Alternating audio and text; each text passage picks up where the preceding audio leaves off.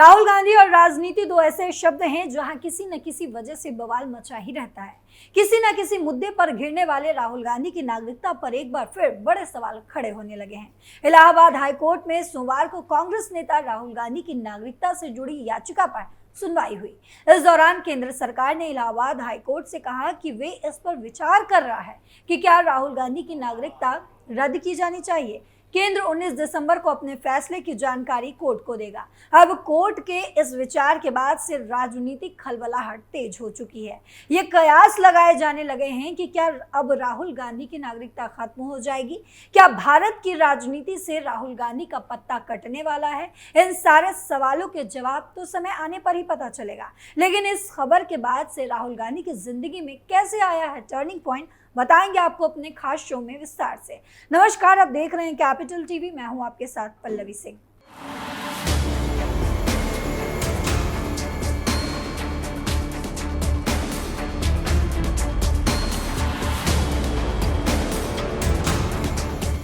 Allahabad high court में सोमवार को कांग्रेस नेता राहुल गांधी की नागरिकता से जुड़ी याचिका पर सुनवाई हुई। इस दौरान केंद्र सरकार ने इलाहाबाद हाई कोर्ट से कहा कि जब वे इस पर विचार कर रहा है कि क्या राहुल गांधी की नागरिकता रद्द की जानी चाहिए।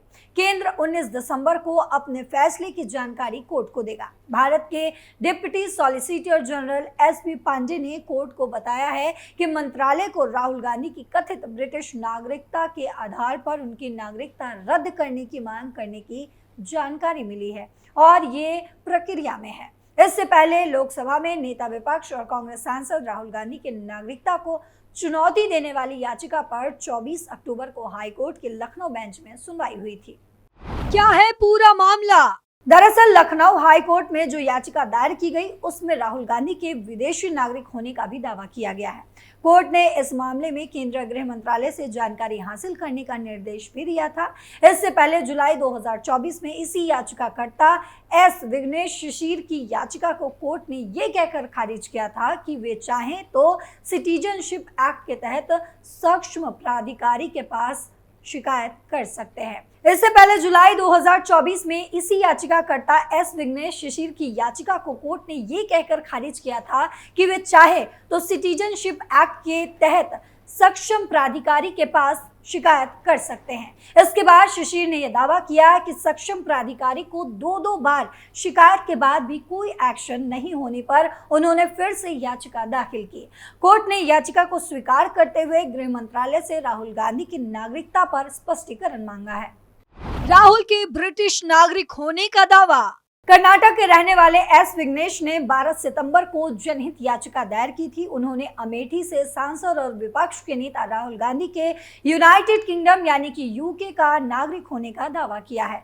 शिशिर ने यह दावा किया कि उन्होंने मामले की गहन जांच की और कहा कि उन्हें जो गोपनीय जानकारी मिली है उससे पता चला है कि गांधी के पास ब्रिटिश नागरिकता है। एस विघ्नेश शिशिर ने सीबीआई जांच की भी मांग के साथ ही राहुल गांधी की कथित ब्रिटिश नागरिकता के आधार पर उनकी भारतीय नागरिकता रद्द करने की भी मांग की है। सुब्रमण्यम स्वामी के दावे पर भी सुनवाई।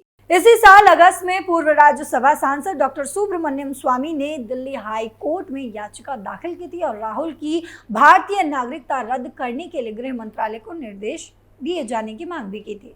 सुब्रमण्यम स्वामी का दावा है कि राहुल गांधी के पास ब्रिटेन की नागरिकता है और उनके पास ब्रिटिश पासपोर्ट भी है। इस पर कोर्ट ने सुनवाई की। याचिका में सुब्रमण्यम स्वामी का कहना है कि उन्होंने राहुल गांधी की नागरिकता को लेकर गृह मंत्रालय को 5 साल पहले शिकायत दी थी और अभी तक गृह मंत्रालय ने यह साफ नहीं किया है कि इस मसले पर उसने क्या फैसला लिया है या क्या कार्रवाई की है। कोर्ट गृह मंत्रालय से उनकी दायर याचिका पर अब तक की गई कार्रवाई पर स्टेटस रिपोर्ट तलब करे।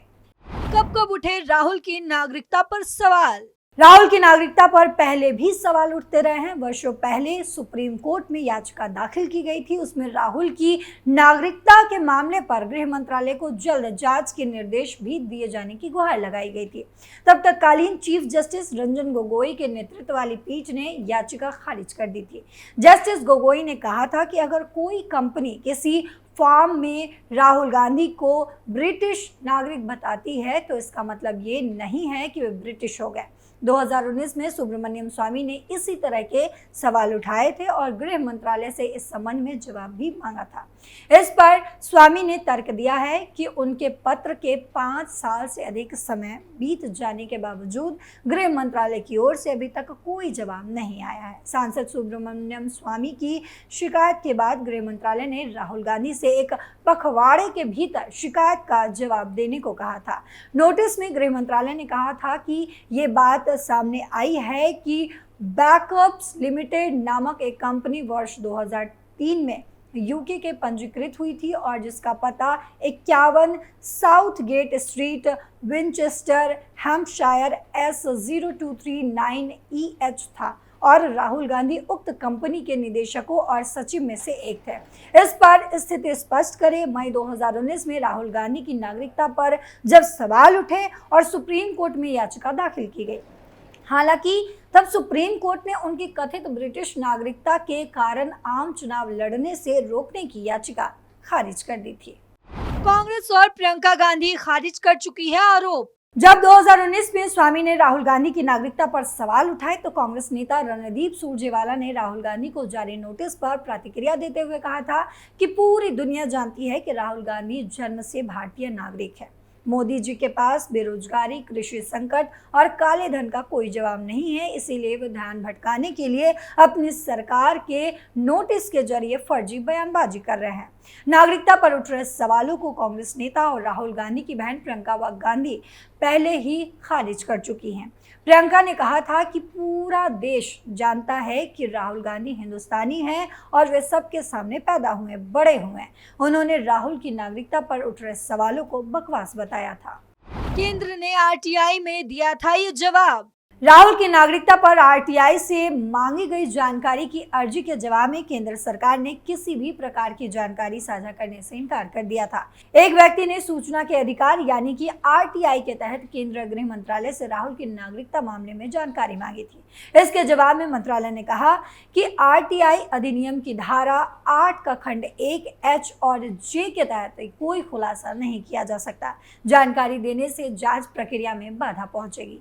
तो अब आपको बताते हैं कई ऐसे मामले जिसमें राहुल गांधी के खिलाफ मामले दर्ज है और राहुल गांधी उसमें पूरी तरीके से फंसे हुए हैं। बीजेपी ने की चुनाव आयोग से शिकायत। बीजेपी ने महाराष्ट्र में चुनावी सभा के दौरान कांग्रेस नेता राहुल गांधी पर जनसभा में झूठ बोलने और बीजेपी पर बेबुनियाद आरोप लगाकर बदनाम करने की शिकायत निर्वाचन आयोग से की थी। केंद्रीय विधि और न्याय राज्य मंत्री स्वतंत्र प्रभार अर्जुन राम मेघवाल ने कहा है कि बीजेपी के प्रतिनिधिमंडल में मुख्य निर्वाचन आयुक्त राजीव कुमार से मिलकर उनको बताया कि लोकसभा में विपक्ष के नेता राहुल गांधी ने 6 नवंबर को महाराष्ट्र चुनाव के दौरान एक बार फिर झूठ बोला। उन्होंने राज्यों को एक दूसरे के खिलाफ खड़ा करने का प्रयास भी किया। उन्होंने संविधान की धज्जियां उड़ाई।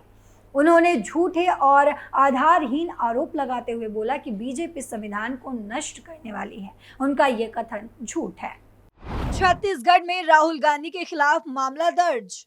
कांग्रेस सांसद राहुल गांधी पर ये दोनों मामले भारतीय जनता पार्टी की शिकायतों के आधार पर दर्ज किया गया। पुलिस अधिकारियों ने बताया कि कांग्रेस सांसद के खिलाफ भारतीय न्याय संहिता की धारा 299 और 302 यानी कि जानबूझकर किसी की धार्मिक भावनाओं को ठेस पहुंचाने के तहत FIR दर्ज किए गए हैं। बीजेपी नेता अमरजीत सिंह छाबड़ा ने कहा कि अमेरिका में राहुल गांधी ने जो बयान दिया था उससे भारत के सिख समुदाय की धार्मिक भावनाओं को ठेस पहुंची है। सिख पर दिए गए बयान पर रवनीत सिंह बिट्टू का निशाना।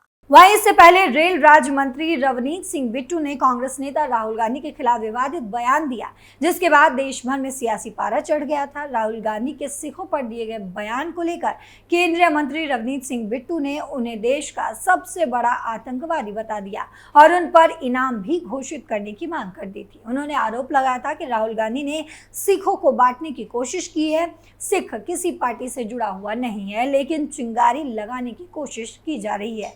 राहुल गांधी या उनकी पार्टी के नेता देश को तोड़ने में लगे हुए हैं। कई ऐसे मामले हैं जिसमें राहुल गांधी के खिलाफ मामले दर्ज हुए हैं, लेकिन ये एक ऐसा मामला है जिससे कांग्रेस और राहुल गांधी की जिंदगी में आ गया है टर्निंग पॉइंट। लेकिन हमारी इस रिपोर्ट पर आपकी क्या राय है, कमेंट में जरूर बताते जाइएगा। फिलहाल मेरे साथ इतना ही। देश और दुनिया की तमाम खबरों के लिए देखते रहिए कैपिटल टीवी। नमस्कार।